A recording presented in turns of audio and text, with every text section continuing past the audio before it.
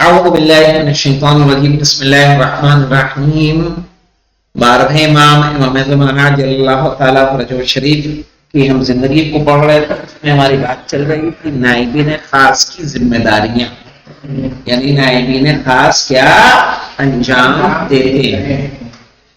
کہ اب اس میں ایک پہلا ہم نے کیا پڑھا تھا کہ امام کے نام کو اور مقام کو پوشیدہ رکھنا.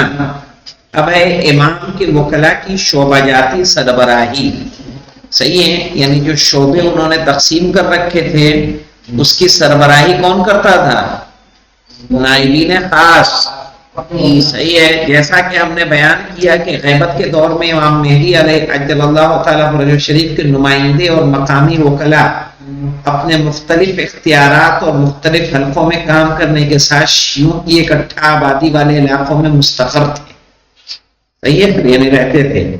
اگرچہ 10ویں اور 11ویں امام کے دور میں وکلاء عام طور سے وکیل اول کے ذریعے سے امام سے رابطہ استوار کرتے تھے. ہاں، لیکن اس کے باوجود خود ان کے لیے بھی براہ راست رابطے کا امکان مکمل طور سے ختم ہو گیا. صحیح ہے، اور امام کے فرعی اور مقامی وکلاء مختلف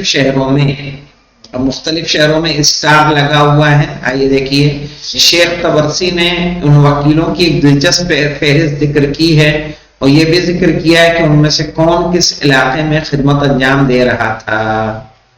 صحیح ہے، کہاں پہ ہے یہ؟ اعلام الورا صفحہ 454 پہ انشاءاللہ دیکھیں گے اس کو. ٹھیک ہے، نائب خاص کی زیر نگرانی رہ کر اپنے فرائض کو انجام دینے پر مامور تھے اور شیعوں کے خطوط، ان کے سوالوں اور شرعی رکومات کو نائب خاص کے ذریعے سے امام کی خدمت میں پہنچاتے تھے. ایک اور کام تھا مولانا امام اجل اللہ تعالیٰ فرجہ شریف سے متعلق مال کا لین دین کرنا. ٹھیک ہے، امام اجل اللہ تعالیٰ فرجہ شریف کے خاص نائبین میں سے ہر ایک اپنے اپنے دور میں امام سے متعلق رکومات کو جو شیعوں کی طرف سے براہ راست یا مقامی وکیلوں کے ذریعے سے دریافت کرتے تھے وہ اسے ہر ممکن طریقے سے امام تک پہنچاتے تھے یا ان موارد میں خرچ کرتے تھے جس کا امام انہیں حکم فرماتے تھے. سمجھ، پیسہ انہیں کے پاس رہا، امام نے کہا اس سے یہ کام کر دو تو انہوں نے وہ کام کر دیا، کہا اس کی مدد کر دو، وہ کام انجام دے دیا. امام حسن عسکری علیہ السلام کی شہادت کے دنوں میں قم اور ایران کے دوسرے علاقوں سے کچھ شیعہ افراد سامرہ پہنچے، لیکن وہ لوگ جو مال اپنے علاقے کے شیعوں کی طرف سے لے کر آئے تھے اسے امام تک پہنچانے میں کامیاب نہ ہو سکے. جب وہ لوگ واپس ہونے لگے تو امام نے مخفی طریقے سے قاصد بھیجا. یعنی کیا ہوا؟ السلام علیکم سبھی کا، خیریت سے ہیں؟ بڑے دنوں بعد زیارت ہو رہی ہے آپ کی. آج صبح ہی یاد کر رہا تھا آپ کو. ہاں، کیا حال چال ہے؟ کافی دن ہوئے. یہاں پہ دیکھیے ہم لوگ 12 امام کی زندگی پڑھ رہے تھے. کہاں سے بلائے تھے مولانا؟ قم اور ایران کے علاقوں سے لوگ سامرہ آئے. امام حسن عسکری علیہ السلام کہاں رہتے تھے؟ سامرہ. اس پہ بہت دلچسپ بات ہے. جو تھے وہ کون؟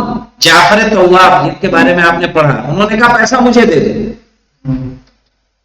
آنے والوں نے کہا کہ جب ہم امام کے پاس آتے تھے وہ ہمیں بنا بتائے رقم کی تعداد بتا دیتے تھے کتنی رقم ہے، آپ ہمیں بتا دیں ہم آپ کو دے دیں. کہا بنا گنے بنا دیکھے امام بتا دیا کرتے تھے کہ کتنی رقم ہے، آپ بتائیے آپ کو دے دیں. وہ نام بتانے سے قاصر رہے. وہ لوگ مال کو واپس لے جانے لگے، جعفر کذاب کو دیا نہیں. اتنے میں امام کی طرف سے قاصد آیا اور یہ قاصد کس کا تھا؟ 12ویں امام زمانہ عجل اللہ تعالیٰ فرجہ شریف کا. دیکھیے مولانا، لیکن وہ لوگ مال اپنے علاقے کے شیعوں کی طرف سے لے کر آئے تھے اور اسے امام تک پہنچانے میں کامیاب نہ ہو سکے. جب وہ لوگ واپس ہونے لگے تو امام نے مخفی طریقے سے قاصد کو بھیج کر انہیں اپنے پاس بلوایا اور اس مال کو لینے کے بعد فرمایا اس کے بعد تم سے کوئی چیز تو اس کے بعد سے تم کوئی چیز سامرہ لے کر نہ آنا. یہ کون کہہ رہا ہے؟ 12ویں امام کہہ رہے ہیں میں بغداد میں ایک شخص کو معین کروں گا، تم تمام اموال اس کے حوالے کرنا اور میری تمام تحریریں اس کے ذریعے سے صادر ہوں گی. اسی کے بعد سے امام نے عثمان بن سعید کو اپنا نائب خاص معین کیا. لگتا ہے یہ فوراً کی بات ہے کہ جب ہمارے 11ویں امام کی شہادت واقع ہوئی تھی، صحیح، چونکہ ابھی نائب خاص عثمان بن سعید معین نہیں ہوئے، یعنی ادھر انتقال ہوا ہے اور یہ لوگ پہنچے. صحیح ہے، پہنچے تو امام کو نہیں پایا، تو جس نے امام کے نائب ہونے کا دعویٰ کیا یہ لوگ مال اس کو دینے لگے. کہا لیکن یہ شرط ہے کہ امام بتاتے تھے آپ بتائیے تو ہم دے دیں گے. تو اس وقت کے مولانا کافی واقعات میں نے جب پڑھے ہیں نا تو بہت واقعات پڑھے ہیں کیا کیا ہوا ہے. صحیح ہے. اور لیکن وہیں پہ اسی لیے ان کا لقب جعفر کذاب پڑا. جعفر کذاب، بعد میں انہوں نے توبہ کی. اسی کے بعد امام نے عثمان بن سعید کو اپنا نائب خاص معین کیا اور انہوں نے بغداد میں اپنے وظائف کو انجام دینا شروع کیا. کہا تھا نا کہ میں بغداد میں اپنا ایک نائب معین کروں گا، آج کے بعد سے تمام خطوط کیا ہوں گے، تمام مال ان کو لا کے دینا اور ہماری تحریریں اسی کے ذریعے سے تم لینا. اور کیا کام تھا مولانا؟ فقہی اور عقیدتی مشکلات کا جواب دینا. نوابین خاص کیا کرتے تھے؟ مشکلات جو فقہی ہوتی تھیں، عقیدے کی ہوتی تھیں، اس کا حل کرتے تھے. نواب اربع کی سرگرمیاں صرف مذکورہ موارد میں ہی محدود نہ تھیں، بلکہ وہ ہر قسم کے فقہی اور شرعی سوالات کا جواب دینے اور عقیدتی مشکلات کو حل کرنے کے ساتھ ساتھ ان شبہات کے مقابلے میں علمی جنگ بھی کرتے تھے جو مخالفین کی طرف سے پیش کیے جاتے تھے، جس کے ذریعے سے وہ شیعوں کے عقائد کو کمزور کرنے اور ان کی فکری اعتبار سے تشویش مند کرنے کی کوشش کرتے تھے. تشویش مند یعنی ان کو شک میں ڈال دینا، صحیح ہے، ان کو یقین کے منزل سے نکال دینا. امام کے نائبین خاص امام کی تعلیمات اور اپنی وافر وسعت علم کے ذریعے سے بہترین طریقے سے ان فرائض کو انجام دیتے تھے.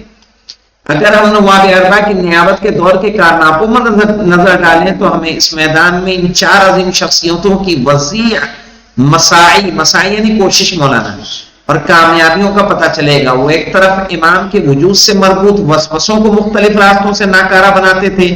یہ ہوتا ہے نا، امام کو دیکھا نہیں ہے بھی کہ نہیں ہے، طرح طرح کی شبہات موجود تھے. اور اس راہ میں کبھی کبھی مجبور ہو کر امام سے اپنی پوشیدہ ملاقاتوں سے بھی پردہ اٹھا دیتے تھے.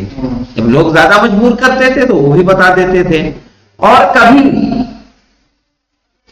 اس سلسلے میں امام کی جانب سے نوشتہ بھی صادر ہوتا تھا اور امام مذکورہ شبہات کو دور کرنے کی راہ میں ان کی مدد کرتے تھے. دوسری طرف شیعوں کے عقائد و فقہ سے متعلق سوالوں کو امام کی خدمت میں پہنچاتے تھے اور ان کے جواب دریافت کرنے کے بعد انہیں لوگوں میں بیان کرتے تھے. یعنی لوگوں کے سوال امام تک، پھر امام کے جواب لوگوں تک.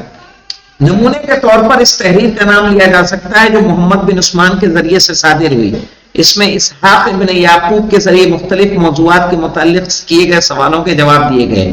صحیح ہے. اسی طرح سے اس مفصل تحریر کا نام بھی لیا جا سکتا ہے جو قوم کے لوگوں کے نمائندے محمد بن عبداللہ بن جعفر حمیری کے سوالوں کے جواب میں صادر ہوئی. اس سے قطع نظر کبھی بھی 3 نمبر میں جائیں دیا تو نہیں الگ الگ حوالے دیے. اس سے قطع نظر کبھی کبھی نائبین خاص مخالفوں کے ساتھ مناظرے بھی کرتے تھے، ان کو شکست دیتے تھے اور یہ بتاتے تھے کہ یہ جوابات انہوں نے امام سے سیکھے ہیں. جیسا کہ ایک مناظرے میں حسین بن روح نے اس شخص کے مقابلے میں کہ جس نے امام حسین علیہ السلام کی شہادت سے متعلق شبہ بیان کیا تھا مفصل طریقے سے جواب دیا اور یہ بھی بتایا کہ انہوں نے اس جواب کو حجت خدا سے سنا ہے. یعنی وہ امام سے کیا کرتے تھے؟ ان سوالوں کے جواب، وہ سوال جو ان پہ آتے تھے وہ سوال امام تک پہنچاتے تھے، امام ان سوالوں کے ان کو جواب دیتے تھے اور عوام تک پہنچاتے تھے. نیابت کے جھوٹے دعوے داروں سے مقابلہ یہ انشاءاللہ آئندہ دیکھیں گے. والحمدللہ رب العالمین.